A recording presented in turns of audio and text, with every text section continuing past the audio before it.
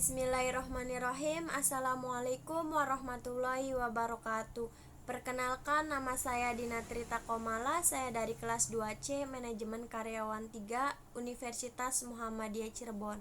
Nomor induk mahasiswa saya 200111096. Untuk memenuhi tugas mata kuliah Kewirausahaan Islam yang diberikan oleh Bapak Dadang Priyono SEMPA, saya di sini akan menjelaskan tentang review marketing intelligence dalam menumbuhkan jiwa entrepreneur pada generasi milenial. Langsung saja saya akan menjelaskan. Yang pertama ada pendahuluan. Indonesia saat ini memasuki era baru yang lebih dikenal dengan era bonus demografi. Ini merupakan fenomena yang sangat langka karena dalam perjalanan sejarah suatu negara hal ini hanya akan terjadi satu kali saja. Era bonus demografi ini merupakan tantangan bagi Indonesia dan harus dijadikan sebuah peluang yang tidak boleh dilewatkan begitu saja. Indonesia harus mampu memanfaatkan potensi penduduk usia produktif yang cukup tinggi, apalagi berdasarkan data Badan Pusat Statistik 2018 menyebutkan bahwa ada sekitar 50,36% dari total penduduk yang berusia produktif merupakan generasi milenial. Di Indonesia, para generasi milenial memiliki kesempatan serta peluang yang baik untuk berinovasi dengan dukungan ekosistem digital yang sedang tumbuh dan berkembang. Menurut Sebastian dan kawan-kawan, menyebutkan bahwa generasi milenial memiliki keunggulan yang tidak dimiliki oleh generasi sebelumnya. Di antaranya adalah dalam melaksanakan segala aktivitas maupun kegiatan.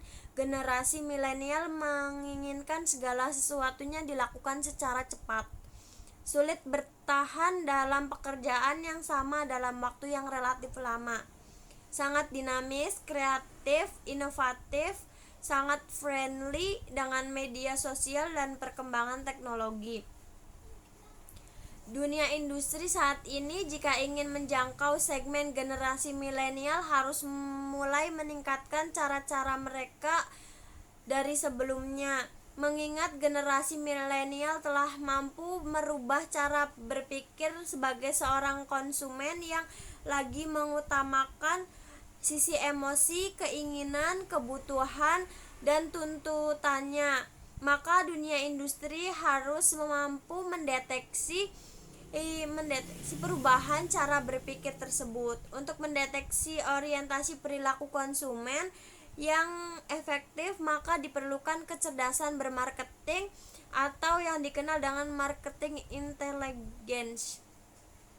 Hal ini diperlukan dalam bentuk pengumpulan data dan kemampuan analisis sebagai upaya dalam pengambilan keputusan yang tepat, seperti menganalisis tentang kondisi pesaing, daya saing produk, serta memiliki kemampuan untuk memahami pasar dan pelanggan secara menyeluruh. Berdasar uraian tersebut, penelitian ini akan mengkaji bagaimana peran marketing intelligence dalam menumbuhkan jiwa entrepreneur generasi milenial. Kemudian ada marketing intelligence. Marketing intelligence kecerdasan pemasaran merupakan manifestasi dari sebuah kemampuan dalam mengumpulkan dan menganalisis suatu informasi atau data agar segala sesuatu yang terkait dengan pengambilan keputusan dapat diantisipasi dengan baik. Terdapat 4 bagian yang dibutuhkan dalam kecerdasan ini, meliputi product intelligence, competitor intelligence, customer understanding, and marketing understanding. Menurut Burns dan kawan-kawan, terdapat 2 unsur penting dalam marketing intelligence, yaitu meliputi marketing research dan customer relationship marketing atau database marketing yang menjadi fokus dari menganalisis situasi dan kondisi serta membangun strategi dan program pemasaran yang diakhiri dengan mengaplikasikan strategi dan program yang sudah dirancang sebelumnya. Sedangkan yang menjadi fokus utama dari database marketing terletak pada pengolahan data dalam sistem database. Cara kerja database marketing ini adalah dengan mengkolaborasikan antara teori pemasaran dengan teori teknologi informasi, dan database marketing ini tergolong teori yang masih baru. Selanjutnya ada jiwa entrepreneur. Entrepreneurship selalu berkembang dari generasi ke generasi mengikuti perkembangan zaman. Namun ada hal yang tidak akan pernah berubah, yaitu kemampuan seorang entrepreneur yang selalu dapat memanfaatkan sumber daya yang ada untuk selalu menghasilkan produk atau jasa yang baru, menciptakan bisnis yang baru, atau bahkan mengembangkan bisnis yang sudah ada.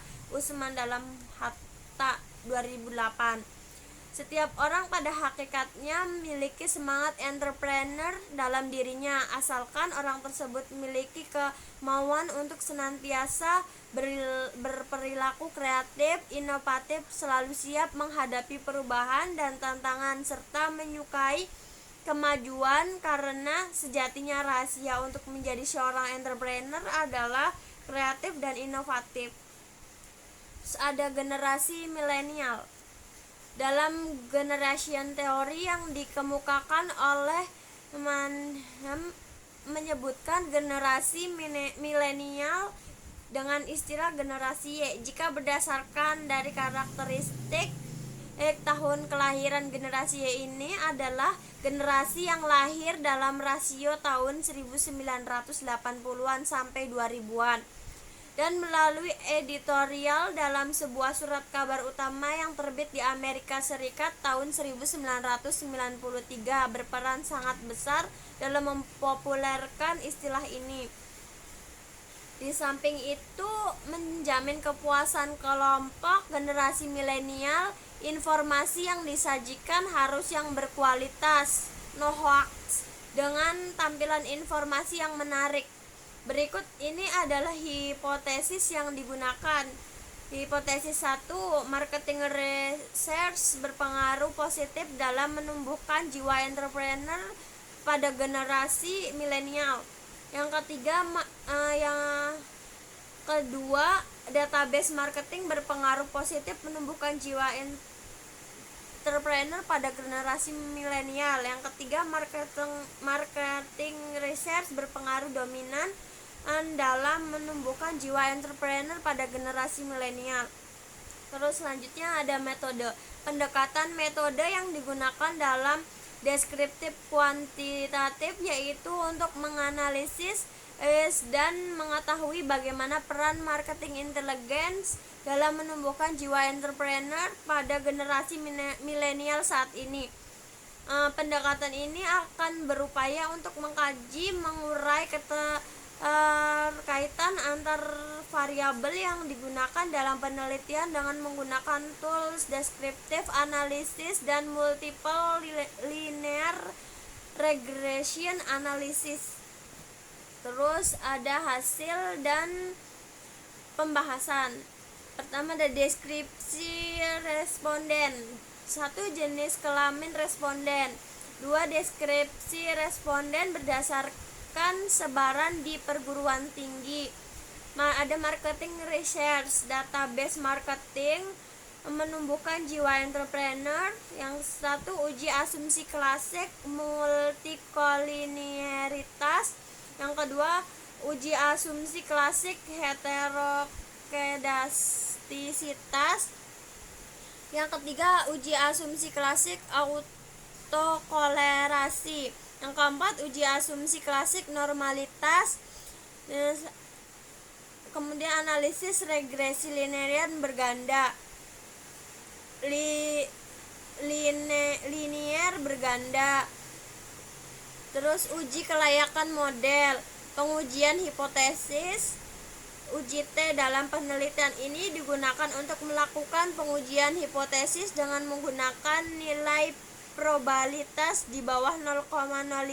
Uji T ini untuk mengetahui apakah terdapat pengaruh yang signifikan atau tidak dari independen variabel terhadap dependent variabel.